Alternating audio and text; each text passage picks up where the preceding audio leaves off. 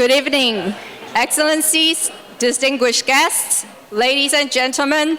Welcome to Charting the Future, US-Taiwan Relations after the 2024 Election Symposium. First, to begin the symposium with a group photo, let's welcome all the speakers and the co-host of the event, His Excellency Ambassador Tom Lee, to the stage. Now please join me in welcoming His Excellency Ambassador Tom Lee to give us a few words.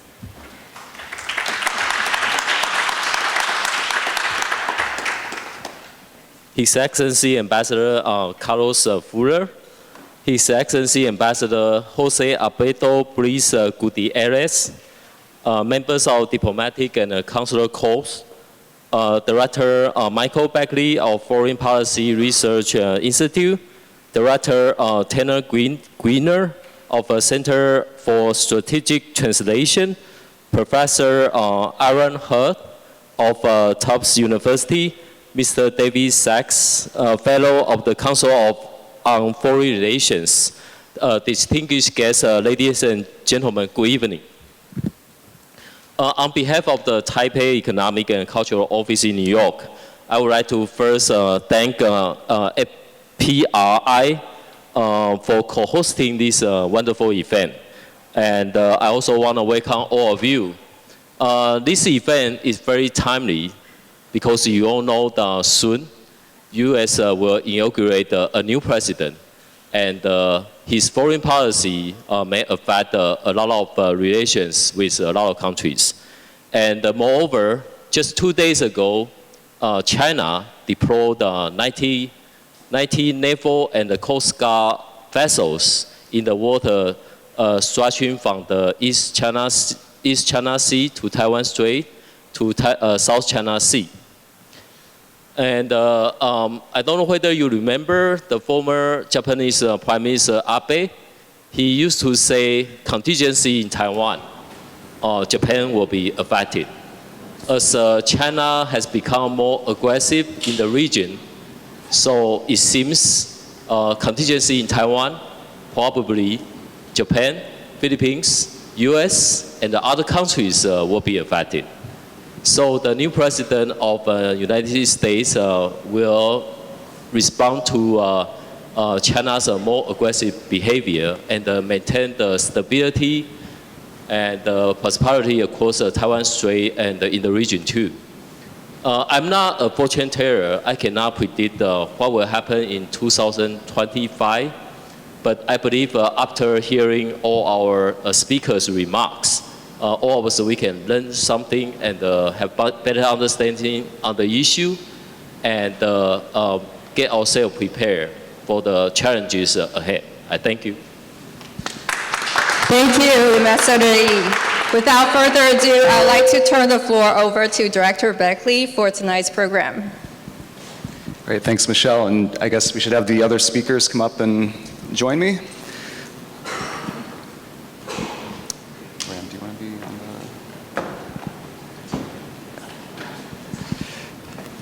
So thank you, Ambassador Lee, for that great introduction. And thank you to all of you for coming tonight, to the Taipei Economic and Cultural Office for hosting this great exchange, and of course to the Foreign Policy Research Institute and all the members and the donors who have made conversations like this possible. Ambassador Lee was kind enough to do some of my work for me by introducing the speakers, but I'll go through again because we have such a distinguished crew to really knock out some really tough questions on the future of the US relationship with Taiwan and cross-strait relations.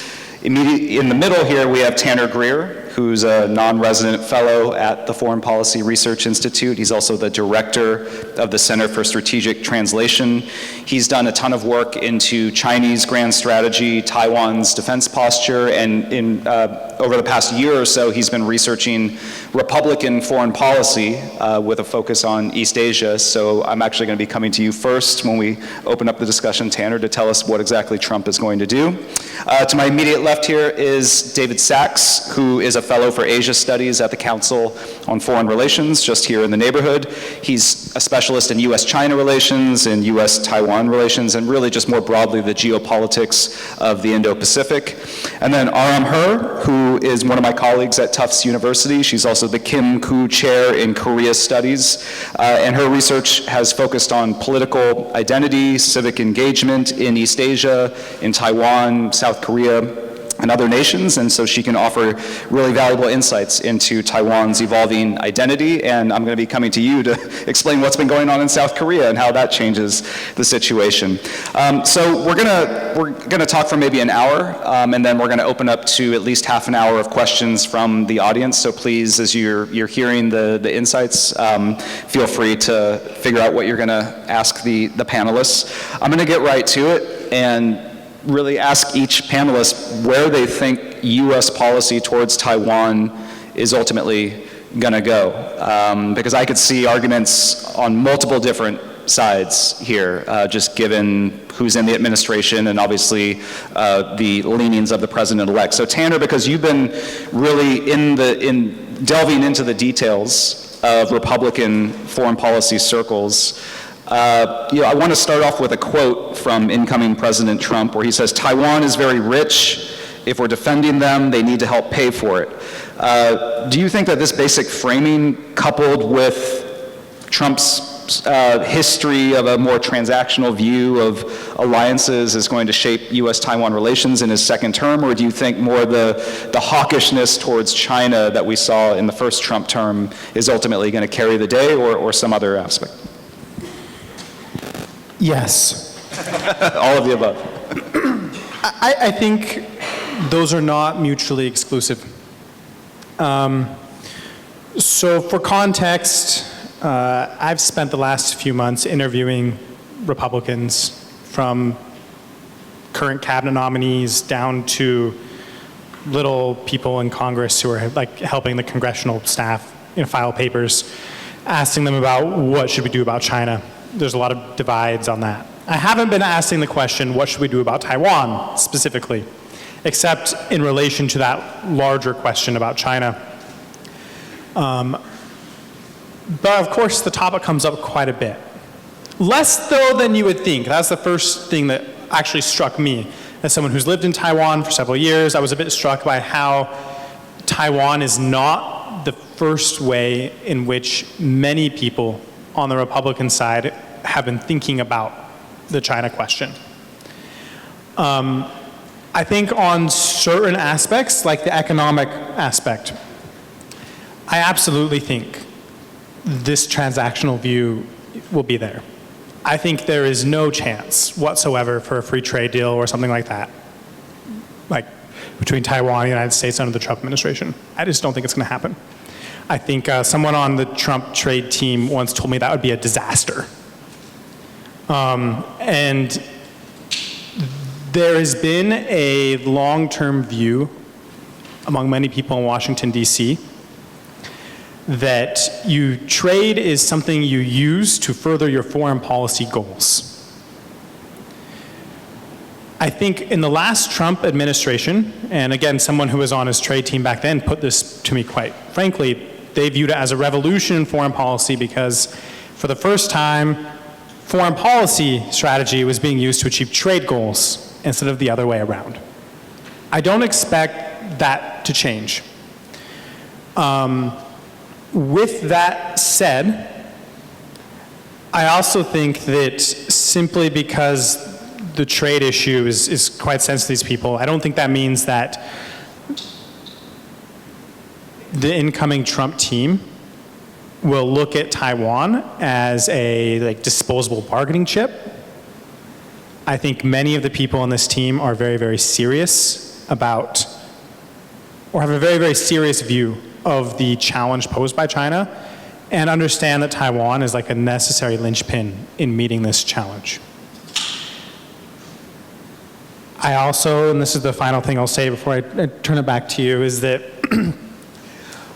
although I think Trump himself,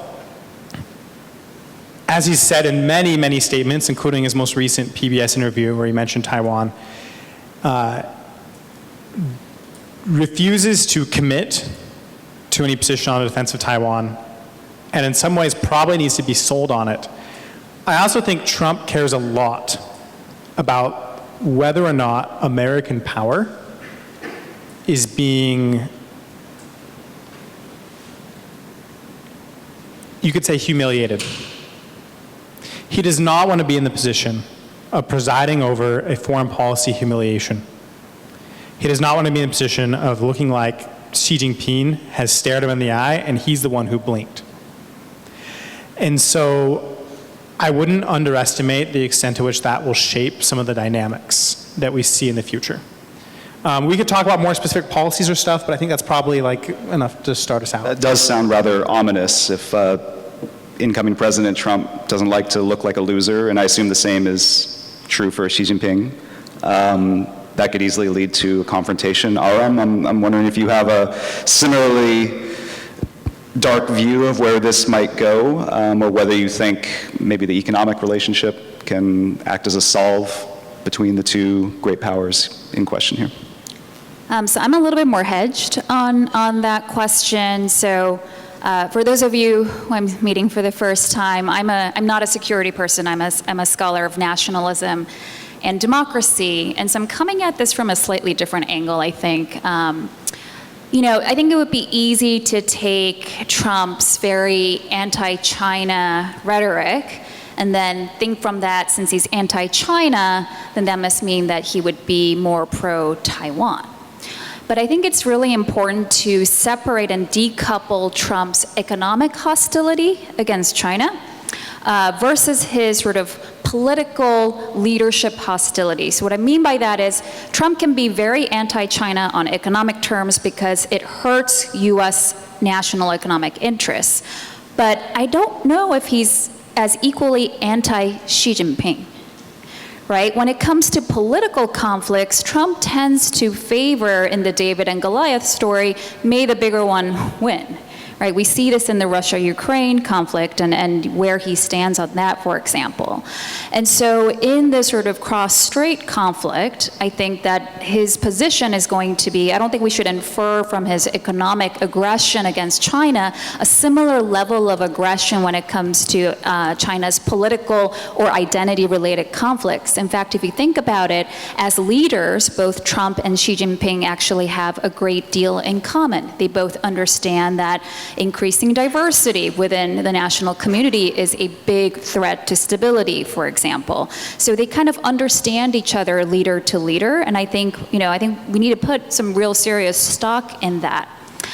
So in the David and Goliath, right, obviously by size, in that conflict, I think Trump would actually more likely defer any kind of military support of Taiwan if it were to go there. But in the David and Goliath story, as we all know, who wins? Right? It's David. And I think the real question for Taiwan is how can Taiwan become an effective David? And I think that precedent has really started under Tsai. I think one of Tsai's most important political legacies was to really pivot the central identity of the DPP from the party of Taiwanese nationalism, right, to a party of Taiwanese democracy. And China had a hand in that, right? The whole Hong Kong crisis really fed into that pivot. I think that's a really important pivot that the DPP underlie needs to really stick to that script.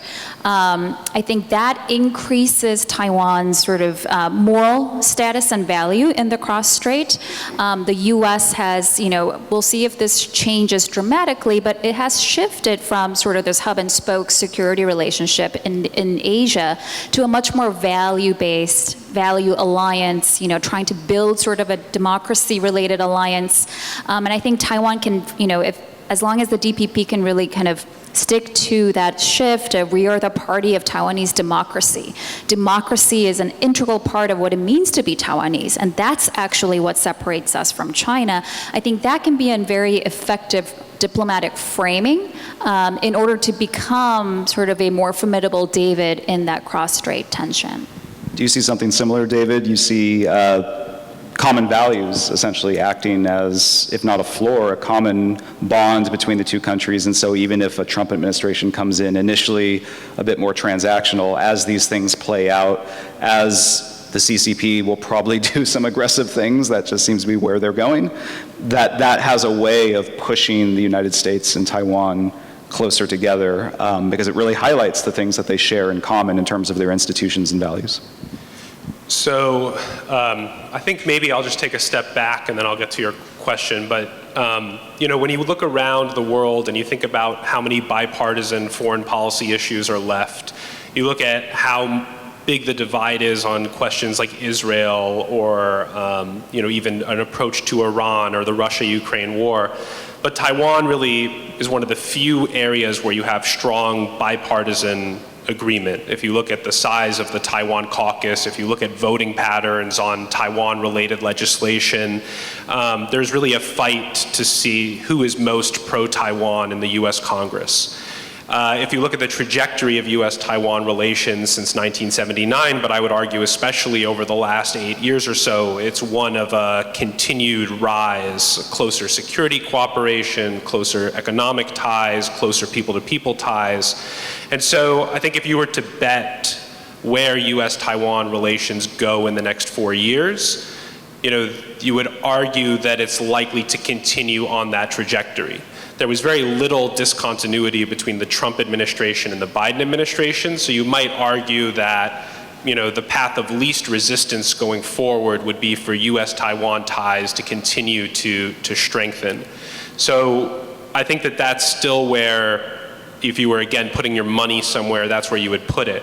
Having said all of that, I do think that, as my fellow panelists have raised before, Trump brings to it a certain element of uncertainty. And one of the reasons for that is, I think, values. That, you know, President Biden described the world as being at an inflection point and a struggle between democracy and autocracy or authoritarianism. He held a summit for democracy. Taiwan was invited to that. Taiwan really leaned into that framing. If you read, for instance, President Tsai's essay in Foreign Affairs, or you look at what President Lai has said on the campaign trail and now in office, but I don't think that that gets you very far with Trump. I don't think that he believes that the United States should defend a country just because it's a democracy or because it shares our values or our system. So I think that Taiwan is actually going to be faced with a challenge of how do you approach a very transactional leader, again, as others have said, and prove your value. You have to come with a very concrete set of kind of proposals and ideas to say, this is why we're worth it. I think for Taiwan, a lot of that is, of course, premised on the economic ties between the United States and Taiwan. Taiwan is a top 10 trading partner of the United States. A lot of that is, of course, semiconductors. You know, Bloomberg has done estimates and economic modeling around what a Taiwan crisis would mean for the global economy. They believe that it would shave $10 trillion off of the global economy, which is roughly 10% of global GDP. The United States would, of course, be hit pretty significantly, much more than the COVID-19 pandemic or the war in Ukraine. So I think that it has to be sold to Trump in those terms. Here's why you should invest in deterrence, because if deterrence fails, this is going to be the consequence to the United States. And there's also going to be an argument to, if you do X, maybe there will be more onshoring in the United States, maybe there will be more chip investment in places like Arizona, but other states as well. I think that's part of it. I think it's pretty clear to me, you know, if you just look at where policy is going, there's going to be pressure on Taiwan to increase its defense spending. We could go into more detail on this, and I don't think that's an unreasonable request. You know, Chen Shui-bian 20 years ago pledged that Taiwan's defense spending as a percentage of GDP would reach 3%. It still is not there. It's around 2.5, 2.6% of GDP right now. I think we should recognize the huge strides Taiwan has made in the last 8 years, nearly doubling its defense budget, lengthening conscription from 3 months to 1 year, really investing in societal resilience and in its own defense industrial base. But I think if you look across the Republican Party, serious people like Robert O'Brien et cetera, they believe that Taiwan should be spending somewhere on the order of 5% of GDP on defense. Trump said in a Washington Post interview that Taiwan should be closer to 10% of GDP. I don't think that's realistic, but I do think that if you were to kind of survey the foreign policy community in Washington, D.C., they would put it somewhere between 4 to 5% of GDP. So I think that Taiwan will also want to prove that it's taking its own defense seriously, because if there's one thing that I think Trump really gets kind of angry at, it's the notion that we care more about a country's security than it cares about its own security. He clearly thinks that that's the case in Europe now. And I don't think Taiwan ever wants to be considered to be in that camp. So Taiwan should, in my view, take the initiative. It can take steps now to show that it's taking its defense seriously, and the message, in my view, should be, we're doing all these things, we just need your help to get there. And then I think that that's a much more favorable pitch that it could make to the Trump administration. But just to be clear, on current trends, because you wrote a great piece in Foreign Affairs earlier this year where you noted that the most recent election in Taiwan suggests that there is this emerging consensus around really taking national defense much more seriously.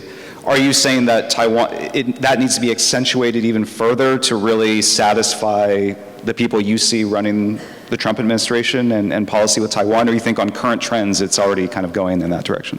I think, on the current trajectory that Taiwan is on, it's going to hit 3% of GDP on defense spending, maybe at the end of Lai's second term if he's reelected. Because what you also have to understand is that Taiwan's economy is doing very well. So you have, the denominator increasing as well. So even though Taiwan is announcing sizable defense increases, as the GDP continues to grow, it's only notching a little bit upward in terms of percent. I think Taiwan has ample fiscal capacity to really increase its defense budget. I don't think that Taiwan will be forced to make really stark trade-offs between the social benefits that it offers to its people and defense spending. But I do think that what Trump is going to seek and his team is going to seek is an acceleration of the transformation that's going on now in Taiwan. I think that the debate in Washington, as I would characterize it, is Taiwan is making strides, it's making progress, absolutely. But if you think that the PRC threat might manifest itself in 2027 or 2030 or 2032, is it moving fast enough against an existential threat? And I think there's few people in Washington who would answer yes. So, but again, the United States has a role in this and should help Taiwan make that transition. We should talk about things like technology transfer for Taiwan's indigenous defense base so that it can create drones and other weapons that it'll need against the PRC. The United States should help with training Taiwan's military to a much greater extent than it is right now. But I think that it's going to be incumbent on Taiwan to show that it's different than Western Europe, which Trump really believes does not care about its security. So that was a great geopolitical analysis. Aram, you've written a fantastic book where you've really delved into multiple societies, including Taiwan, and you noted that Taiwanese identity has evolved significantly. Obviously, more citizens identify solely as Taiwanese rather than Chinese, but I'm wondering, because I think one interesting point you make in that book is that this doesn't always translate into a stronger sense of civic duty or trust in the state, and so I'm wondering, how does those evolving changes in Taiwanese society impact its ability to mobilize the population for national defense, to meet some of the targets or goals that David has just articulated? Where do you see that ultimately going? Yeah, so, for me, civic duty, based on my research, is something that emerges when people's sense of, attachment to who we are as a nation aligns with the nationalist vision that's embraced by the state in which they live. And for a place like Taiwan, that's been a really tricky thing for a long time, right? The Kuomintang and the DPP, as many of you in this room know, and I don't need to say this, but they're really polarized on competing, mutually exclusive nationalist visions for what it means to be Taiwan. And when I had done my research, but this was back in 2013 to 15, so we've come a long way since then. The Taiwanese state was still very much seen as a Kuomintang legacy state. We had, the one DPP presidential window under Chen Shui-bian, which, ended pretty terribly. And other than that, it was the KMT was the electorally dominant party. And especially so for the military, which used to be in the authoritarian days, literally the right arm of the KMT. So when I interviewed young Taiwanese who had fulfilled their conscription, but this is when the government was really pushing the all-volunteer force, the AVF, which is sort of the model that they want to move towards, the sort of full-time professionalized military, right? Small but leaner and mightier. The quota that they had set for recruitment, and they were offering really competitive benefits packages and pay packages at that point. So this wasn't a matter of it's not materially attractive to sign up for AVF.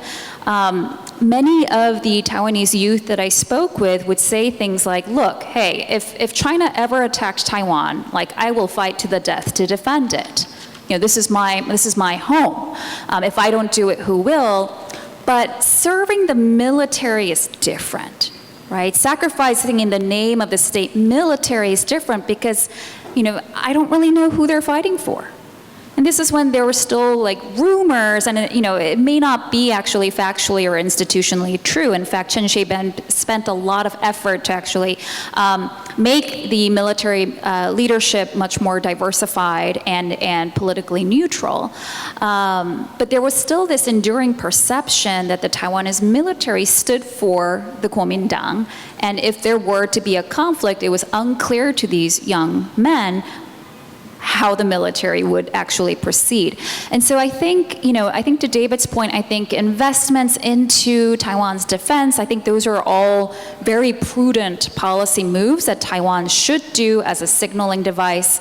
I don't know if it's ever going to do enough to satisfy Trump's standards of what it means to be a self-sufficient defense state against something like China.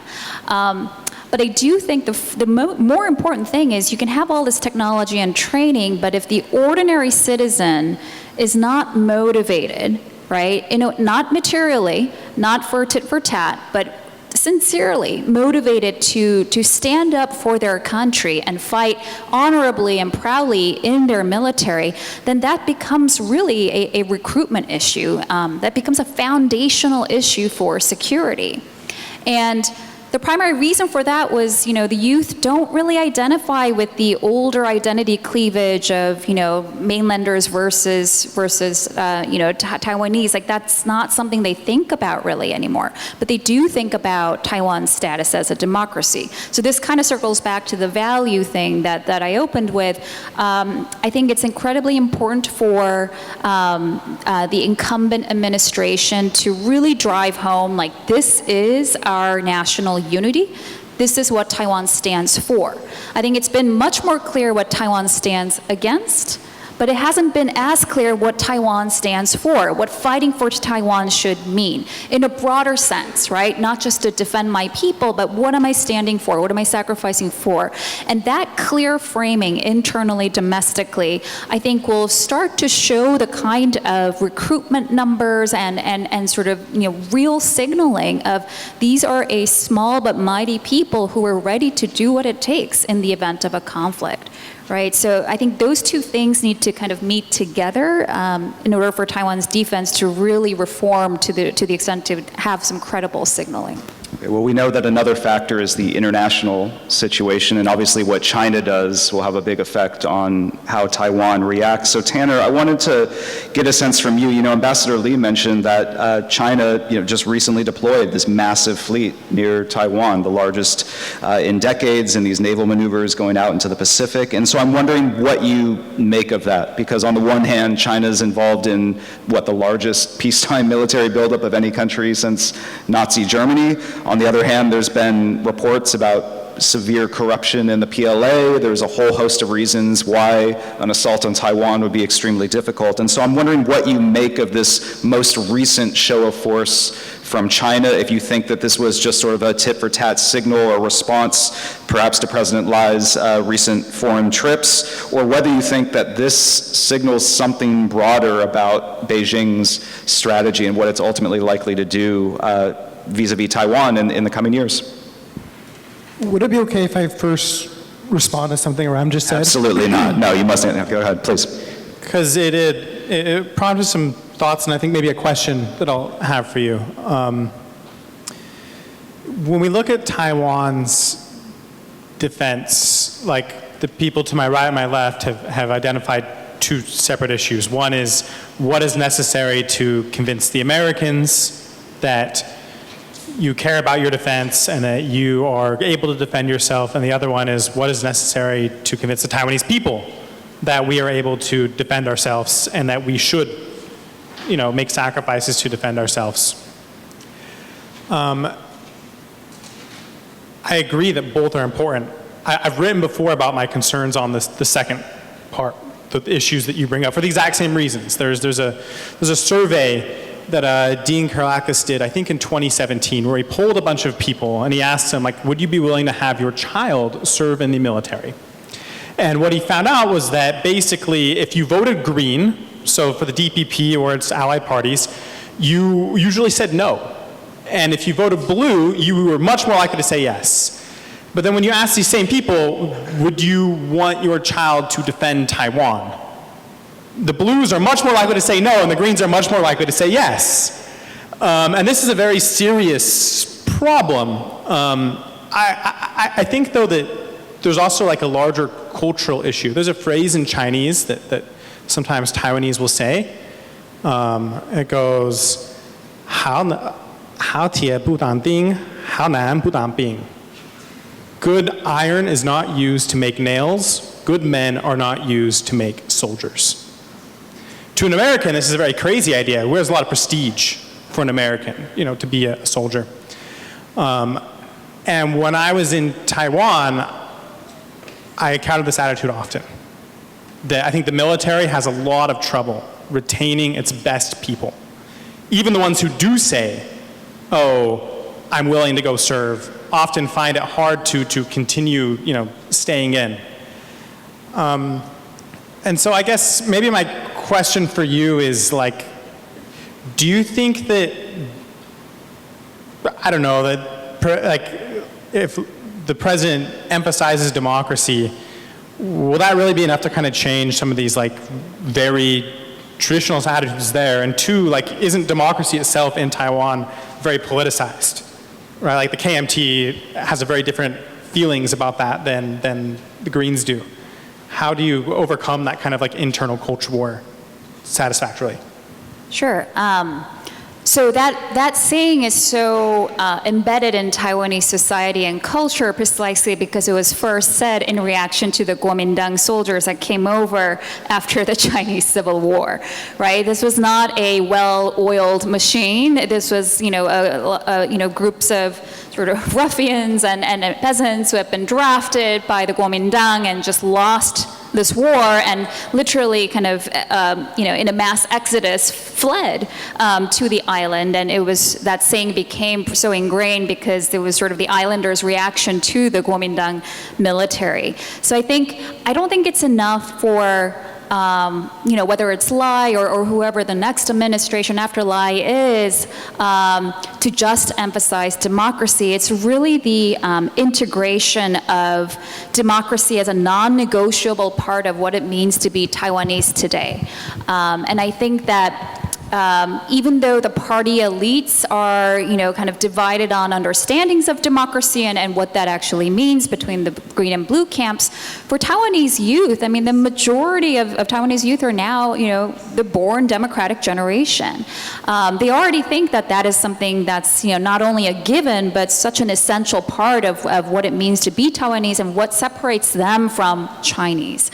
And so I think really leaning into that and inculcating that value system as something worthy of sacrifice in the military itself, in the military academy, to really integrate that kind of philosophy. I think you have to give some people something worth fighting for, beyond just that this is my homeland, something bigger than themselves in order to generate that deep degree of sacrifice. And I think if that shift can start to happen, I think these sort of long-standing societal norms about how we think about, military as a profession, that those will start to change. And I think the U.S. has done a brilliant job in really framing the military and military service in that way. And Taiwan should actually, in that sense, follow suit with the American model.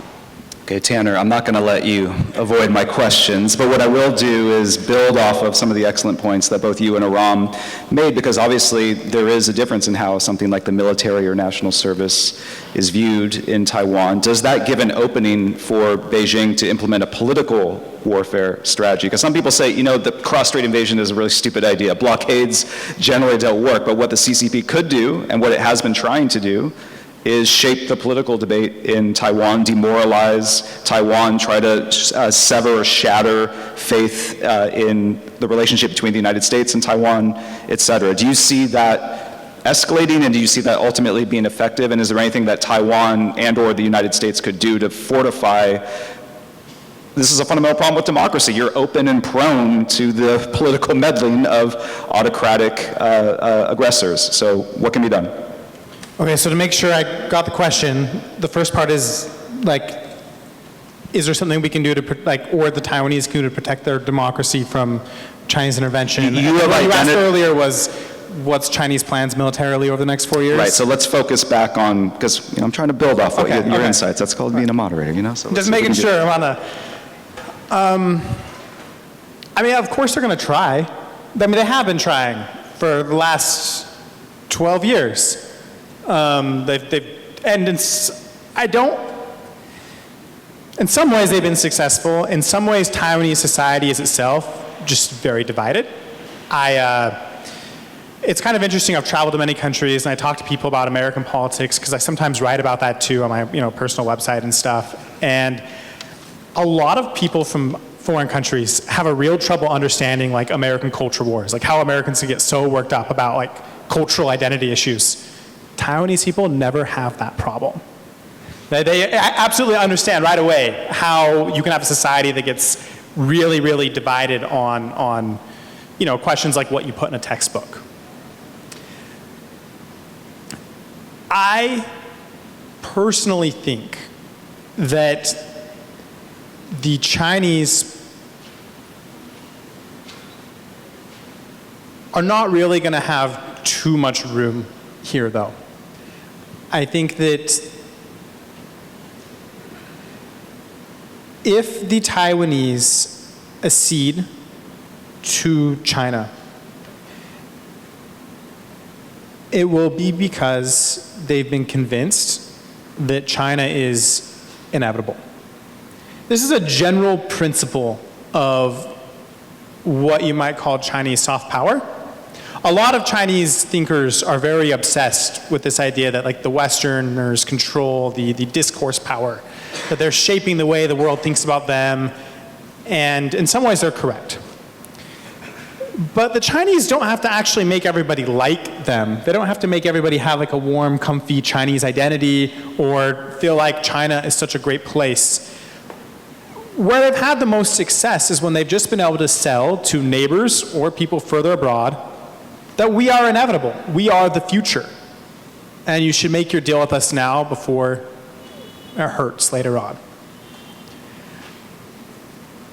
That might have a little bit more legs, I think, in Taiwan, if it really looked like they didn't have the ability to stand up. And so that's where international support does make a difference. That's why the Taiwanese, the people who work in this building spend a lot of time working on multilateral organizations and trying to get support from other countries, either in deed or in name, because it helps fight back against this sense that we're on the losing side of history. David, do you share the assessment that the trajectory of China, the narrative that gets told around it, if this is China's century and there's this sort of manifest destiny element to it, that makes it very hard to combat Chinese propaganda, political warfare, their messaging, and their narrative. But there also are reasons to think maybe that's not the case. If you look at what's going on in the Chinese economy, we talked about some of the corruption in the military, broader societal unrest.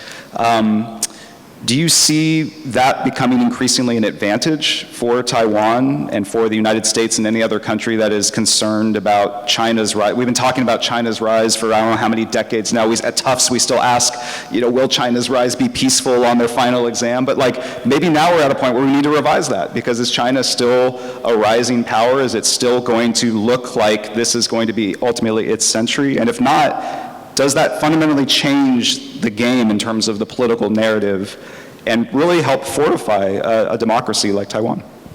Yeah, so I wrote a piece a few weeks ago for Foreign Affairs that looked at China's gray zone coercion of Taiwan, which has become an increasingly prominent tool in its toolkit, especially over the last 8 years or so. But my basic argument or my contention is that I think number one, the gray zone coercion of Taiwan is backfiring on China, that it's actually causing resentment among Taiwanese, and the Mainland Affairs Council does polling of the public to this extent. Or you could look at Taiwanese identity, which has risen over time, or you can look at the NCCU poll that looks at, do you want unification or independence or the status quo? None of those are going in Beijing's favor right now.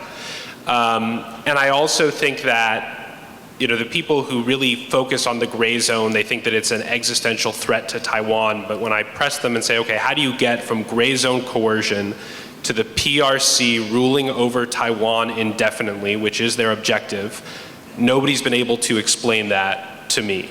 I don't see any level of pressure short of kinetic force that will cause 23 million people who've invested in their democracy, who've known nothing other than Taiwan, to wake up one day and say, okay, we should sue for peace because the pressure has become unbearable and this is untenable. I just don't see that happening. So my personal view, and a lot of people differ from me on this, but my personal view is that if the PRC wants to achieve, quote, unification, it's going to have to resort to a use of force to compel it. I don't see, even though the PRC's stated objective is peaceful unification, and it has been since 1979, I don't see how Beijing can achieve that, and a lot of it is frankly because of other misfires that they've made around the world. Hong Kong being number one. One country, two systems has no legitimacy in Taiwan, and I think that one of the things that's changed the most over the past decade or so is that there's no illusions anymore about what life post-unification would be. I think that a lot of people used to tell themselves a story before, Hong Kong's democracy was essentially crushed and Hong Kong society was crushed, that, well, this isn't too bad, right? They're doing really well financially, economically, they still have an open internet, they can travel wherever they want, send their kids to great schools, emigrate, what have you. And people told themselves that story, but you don't hear that anymore. You have Chinese representatives to France talking about the need to re-educate Taiwanese people after unification, things like that. So I just don't see how the gray zone gets you where you want to go. So again, one of the core debates in Washington is it going to be a blockade, or is it going to be an invasion, or is it going to be some kind of political warfare, united front tactics that bring Taiwan to its knees? And I really don't see how the latter works. And maybe I'm just too simple-minded, but I just don't see it. Okay, so China can't conquer Taiwan without firing a shot, but what about the diplomatic isolation of Taiwan? Because we've seen Beijing put tons of pressure on Paraguay and other countries to really ostracize Taiwan. Do you see that at least having some success from the CCP point of view? So on the one hand, you have the PRC stripping Taiwan of its formal diplomatic partners, and that has happened, of course, over the last 9 years or so. And you have the complete exclusion of Taiwan from the UN, functional bodies like ICAO, the WHO, Interpol, and the list goes on. And so Beijing would hold that up as a success in isolating Taiwan. But actually, when you talk to Chinese interlocutors, what you get from them is a sense that their biggest frustration is what they would call the internationalization of the Taiwan issue. that they were very comfortable that until 8 years ago, the only people who cared about Taiwan were the United States. Maybe a little bit of Japan, but not really. But what we've seen over the last really 4 years is you've seen references to Taiwan in NATO statements, in G7 statements, in US-ROK bilateral statements, US-Japan bilateral statements, US-Australia bilateral statements, EU statements. They've all registered their interest in cross-strait peace and stability, and they've all said it directly, privately to Xi Jinping as well. That is not where China wants this to be. Because if there's one thing that they don't want Taiwan to be seen as an international issue with international stakes. As you said, they want Taiwan to be completely isolated. And so if I were to look at one of the biggest policy successes over the last number of years, it is that internationalization of the Taiwan issue. It's that countries around the world now see that they have a stake in cross-strait peace and stability, and they're telling their Chinese interlocutors that they have an interest in that and not to, rock the boat, so to speak. And so, on the one hand, you could look at traditional metrics of Taiwan's inclusion in international organizations, the number of diplomatic partners, and the PRC can claim some victories there. But I think if you take a much broader view of the appreciation around the world for Taiwan's economic importance, for its geopolitical importance, and for the contributions that it has made around the world, I think that that's only increased, and Beijing is incredibly frustrated at that. Aram, do you share this assessment that the internationalization of the Taiwan issue is proceeding apace? I know that you've done a ton of research on countries in the like South Korea, which seems to be in the process of self-immolating its government, and that is likely to change. What does that do to the multilateral coalition that the United States, but I think certainly Taiwan, would love to see when it comes to the Taiwan issue? Do you see whatever government takes over in South Korea proceeding in much the same direction as the previous government, or taking a fundamentally different tack that may be much more favorable to Beijing, that could disrupt the trilateral agreement with Japan and ultimately mean that this is basically going to be the United States and Taiwan, and you may not have as much support from other democratic allies in the region going forward? So I've spent the last almost 2 weeks now talking a lot about what's happening in South Korea. I think it's a moving situation, and so I think it's too early to call how it's all going to go down. But I do think that what's becoming pretty clear is that in whatever shape or form the partisan turnover happens, that we will have a leftist administration in South Korea, which means, except for, I think there was like a 2-year eclipse under Chen Shui-bian, it will be one of those rare eclipses of having a liberal DPP in Taiwan and a leftist administration as well in South Korea. And I think that both parties are parties from the former pro-democracy activists. I think that it's very easy to see that diplomatic situation and say, great, finally there might be some stronger alliance here between Taiwan and South Korea. That's more likely than not a good thing for Taiwan's security interests. And I think that's a sorely mistaken view. The left in South Korea, as with the DPP in Taiwan, were parties that originated from the political opposition that pushed for democracy, not necessarily for democracy's sake, but because they saw democratizing the regime as a way to get back into the power politics game in the name of their specific nationalist vision, which is a very different one from the one that the Kuomintang in Taiwan and the incumbent authoritarian regime in South Korea espoused. So even though you have two political liberal administrations in power at the same time, there's actually very little liberal ideology that is shared between those two parties. In fact, the left in South Korea is sort of descended from loyalists of the pro-North faction in the Korean War that supported sort of this ethno-nationalist, self-reliant, free from foreign influence vision of what Korea should be, which has now been embodied by the North Korean state. And because of that nationalist bent, the left in South Korea is actually quite, I would say, pro-China is not exactly the right word, but much more willing to bend to China because of the China-North Korea relationship that dates back to the Cold War. And so the left in South Korea is actually not really pro-human rights and all these things that we think about, leftist parties elsewhere. They're actually more pro-China than the right. And so that's the deal breaker for the DPP, right? That's just a non-starter. And so I actually think that once the dust settles in South Korea, what you're going to get is a much more atomized landscape. The left in South Korea is also very hostile to Japan, which is a country it sees as sort of a permanent stain in South Korea's ethno-nationalist pursuit because of the colonial rule, right? So the trilateral, I'll be very surprised if it survives with this partisan turnover.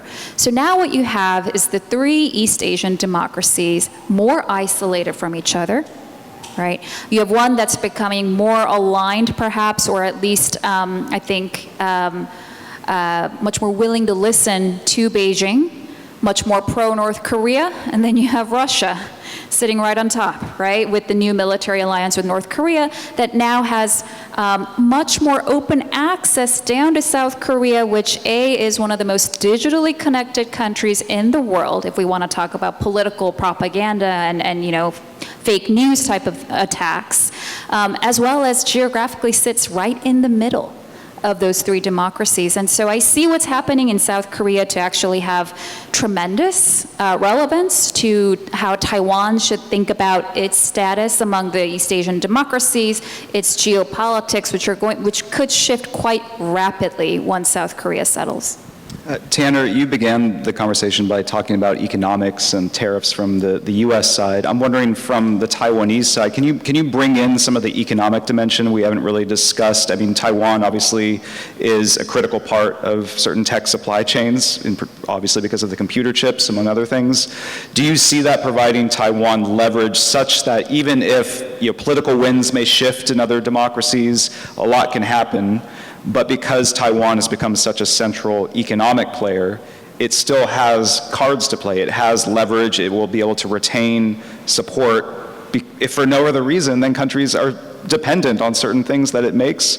Or do you see that maybe dissipating or just not really being enough to overcome some of these political obstacles that may arise? Do you mean leverage with China or with the United States? I would say first with the United States and with other democracies in East Asia. So Aram has painted a fairly worrying picture about where things may go because of these shifting political winds. But you could also talk about China if you want,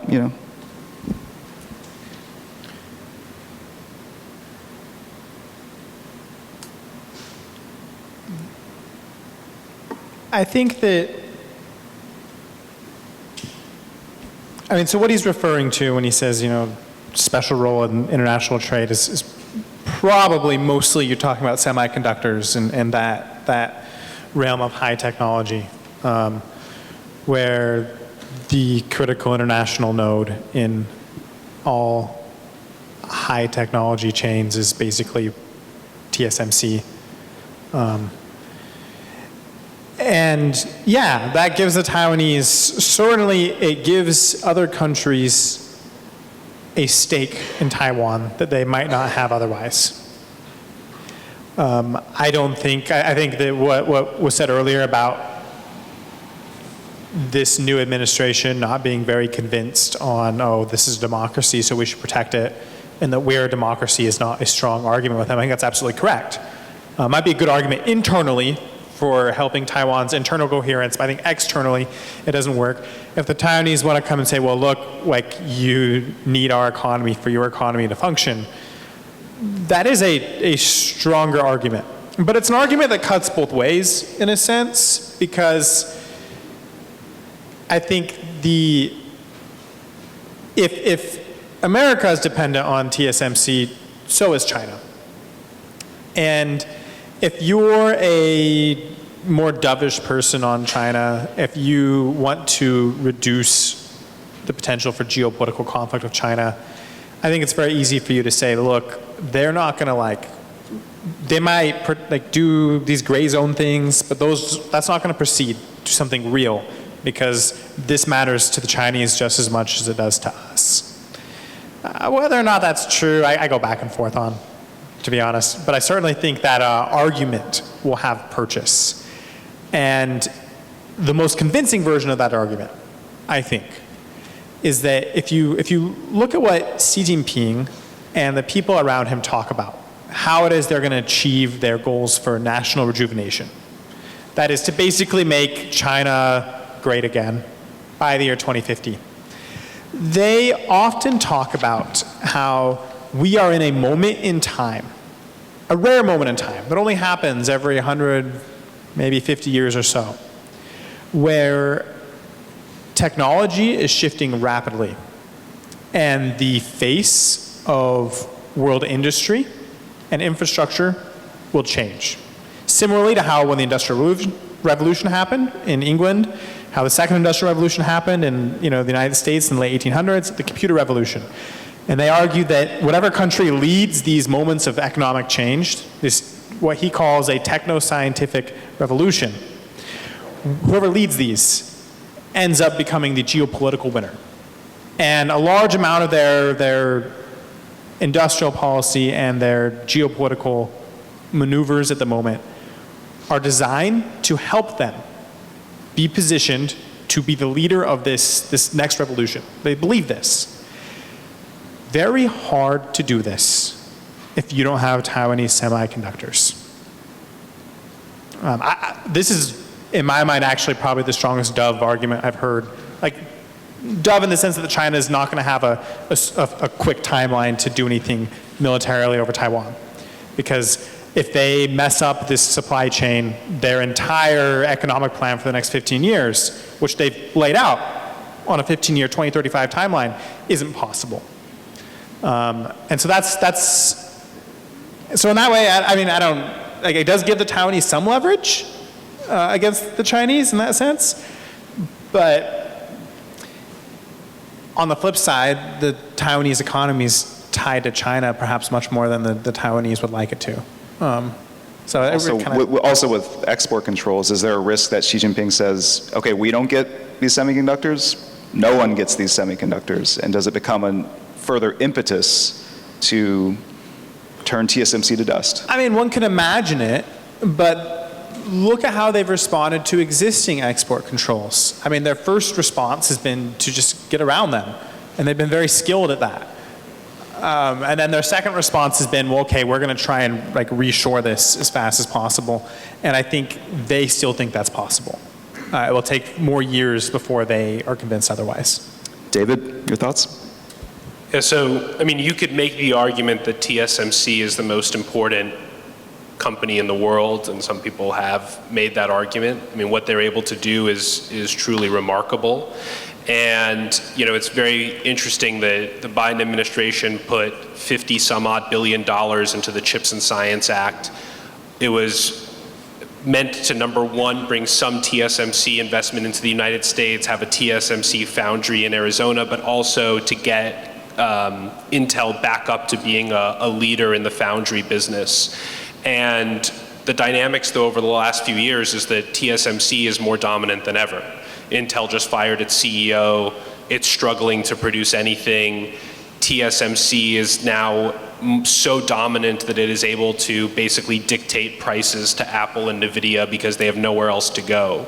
So that broad dynamic, I think, is here for the foreseeable future. There isn't a world that we can imagine now where the United States is, quote, independent of, needing semiconductors manufactured in Taiwan. So that's just like the world that we live in right now and for the foreseeable future. And, if you if you listen to what people are saying about AI, which is all driven by these chips, that's really going to determine who, wins what Tanner just said in terms of the next kind of scientific industrial revolution. It's also why the United States doesn't want China to have the most advanced chips. There is a logic behind the export controls. And the United States, I think, has a pretty vital national interest in China not winning this AI race and not being able to use it to have the PLA develop capabilities to kill Americans. So I think this is a critical issue, but having said all of that, I also don't think that the kind of chips dynamic is going to be decisive in Xi Jinping's calculations vis-a-vis Taiwan.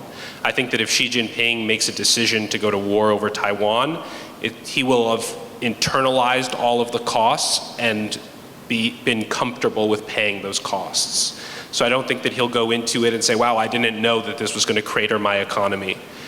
He's going to say, I can survive my economy getting cratered, and I can do this in a quick enough time frame where the sanctions won't be able to bite and the other countries are going to blink, and then we're just going to go back to kind of the status quo ante in terms of economic relationships. So I don't think that it's driving the PRC one way or another. I also encounter this argument, well, isn't China going to attack tomorrow so that it could seize these fabs and then it can turn this on the United States? And that's also not going to happen for an array of reasons. So I don't think that one way or the other, this is really going to either deter PRC aggression or accelerate that aggression. But I think that in terms of the US and international response, it is certainly an element that we have to be cognizant of.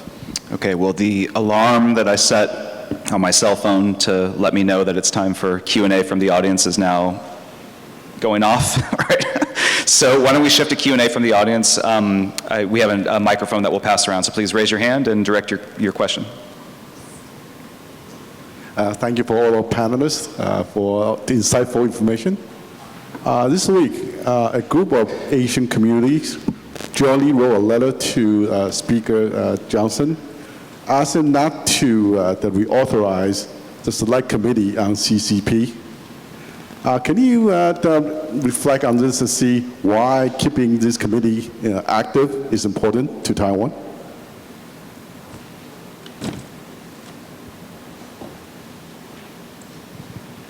Well, if I were to kind of look at one shortcoming in US-China policy, I would say that, we have all these conversations about the threat that China poses, and Tanner has laid that out, and, I write about this, and Mike does as well.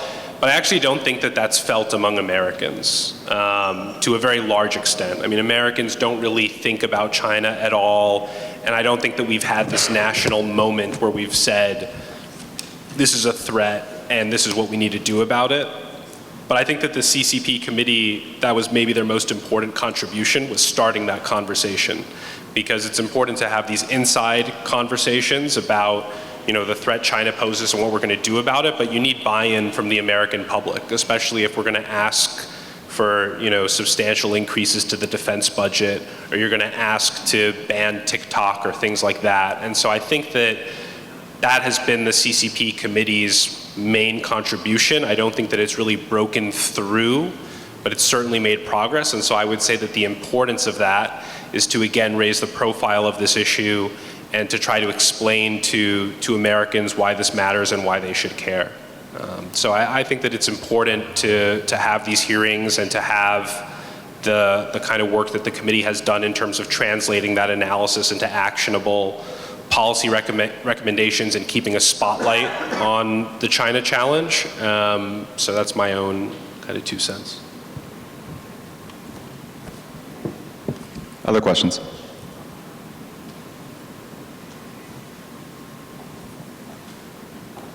Thank you. So I heard a little bit about gray zone operations and different sort of like influence operations and those kinds of things. Historically, the United States isn't exactly the best at kind of handling these things, especially when it comes to democracy, free speech, and that kind of stuff. So if we're talking about US and Taiwan relations, how can we as partner forces work together to address it as a joint issue and grow stronger in that process?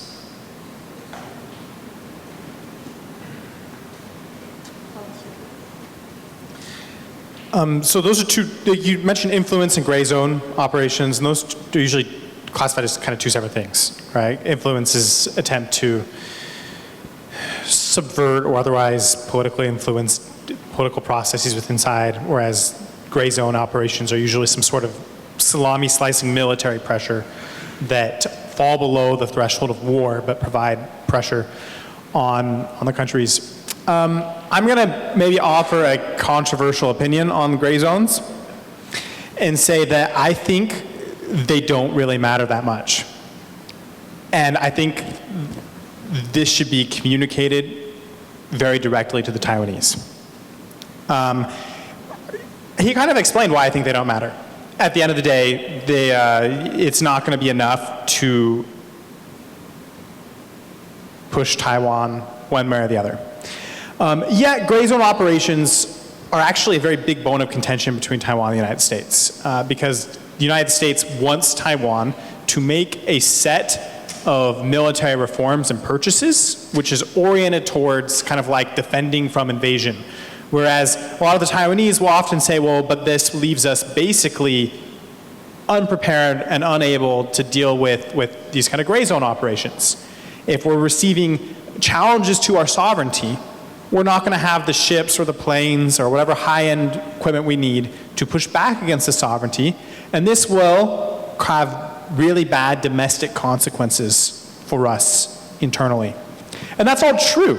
Like, it is true that domestically there are big consequences when this happens, in the similar way that like when a diplomatic partner of Taiwan drops recognition, it's a giant hullabaloo. It's all on if you go to one of these little Taiwanese restaurants and you sit down, they have like 5 different news channels. Every single one will be talking about, oh, we lost Mozambique.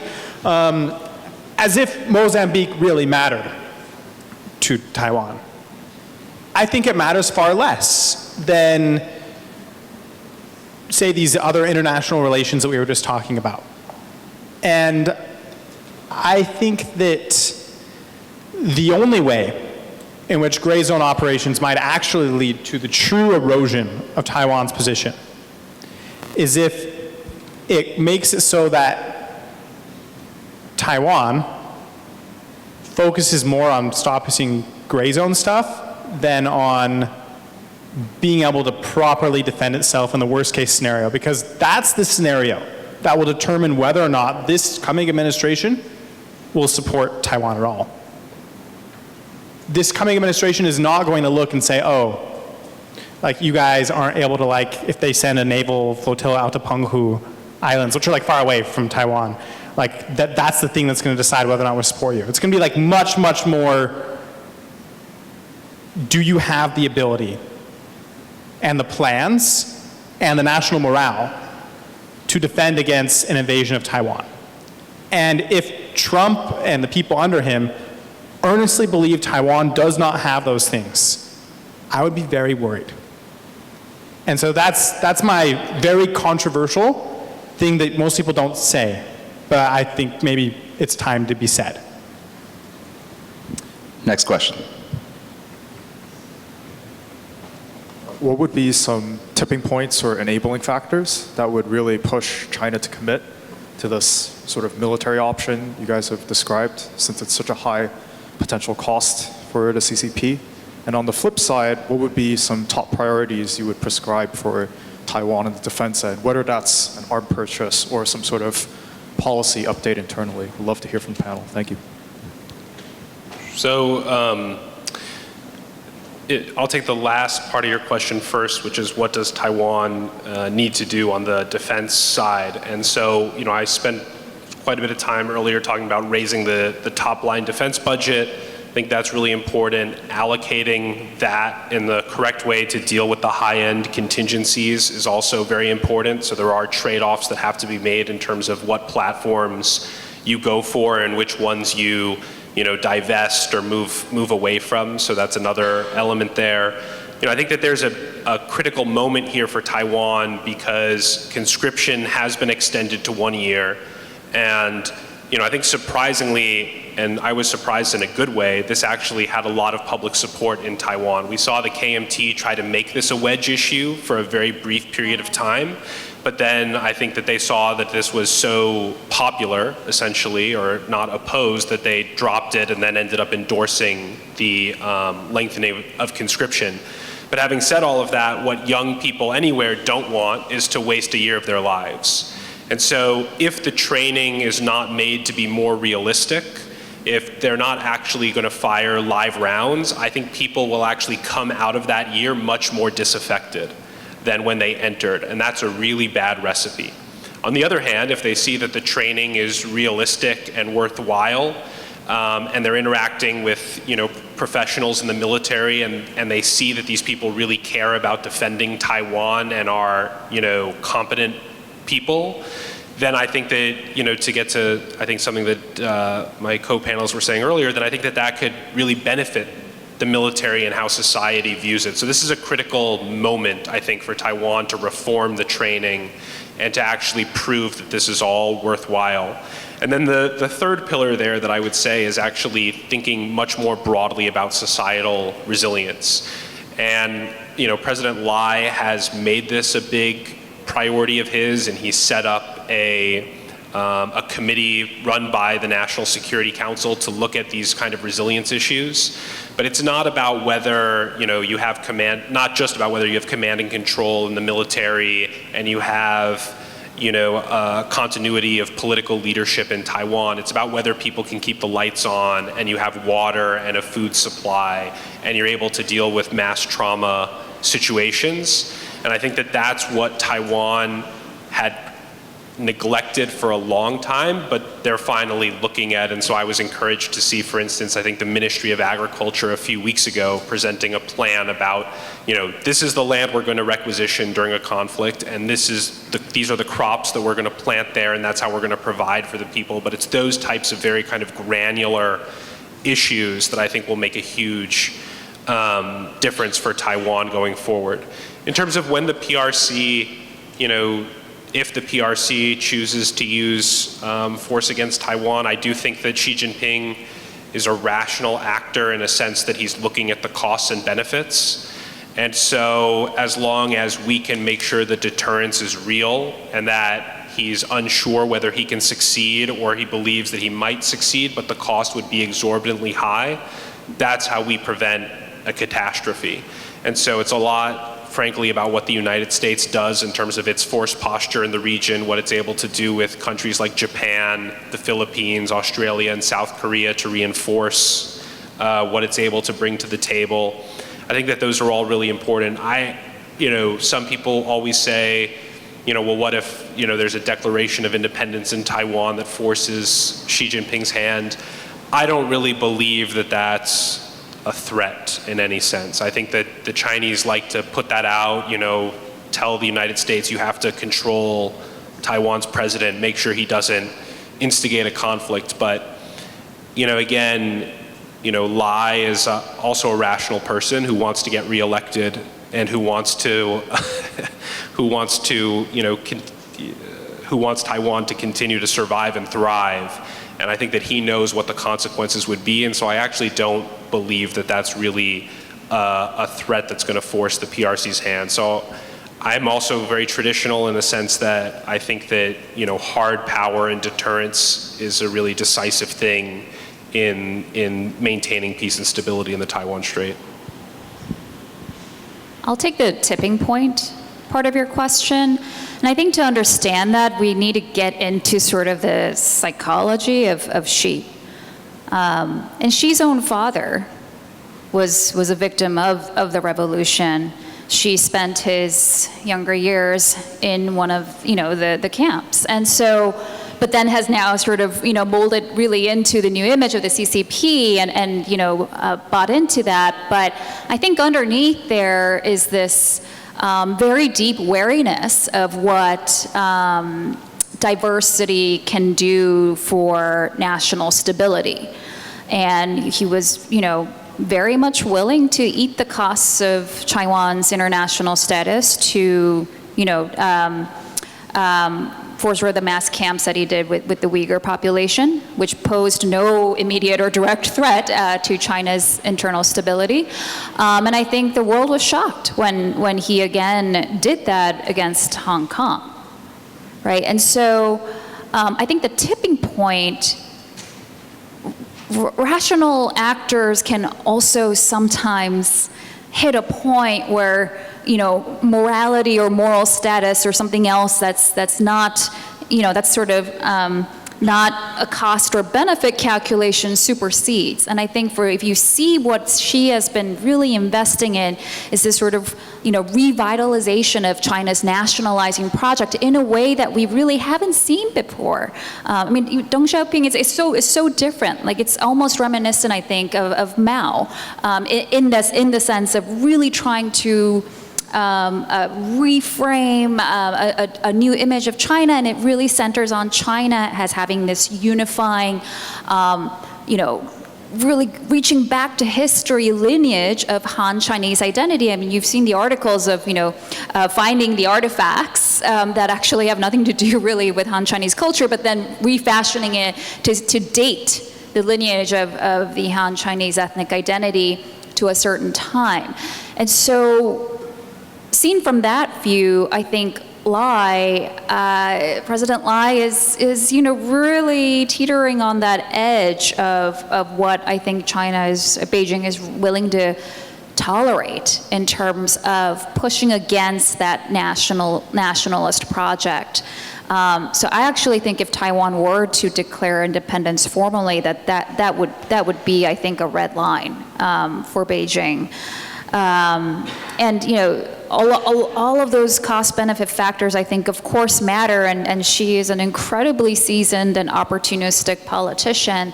But there's sort of, if you look at his own life history and his psychology, it becomes pretty evident that that's sort of a bottom line that he cares deeply about. And I think if Taiwan goes a little bit too far to really transgress that, I think that might spell trouble, and I'm kind of worried.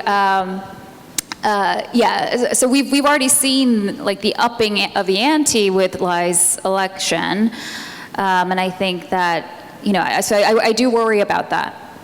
Yeah, to be clear, I think that I agree with you that is a red line. My point was just that I don't think Lai is going to test that red line.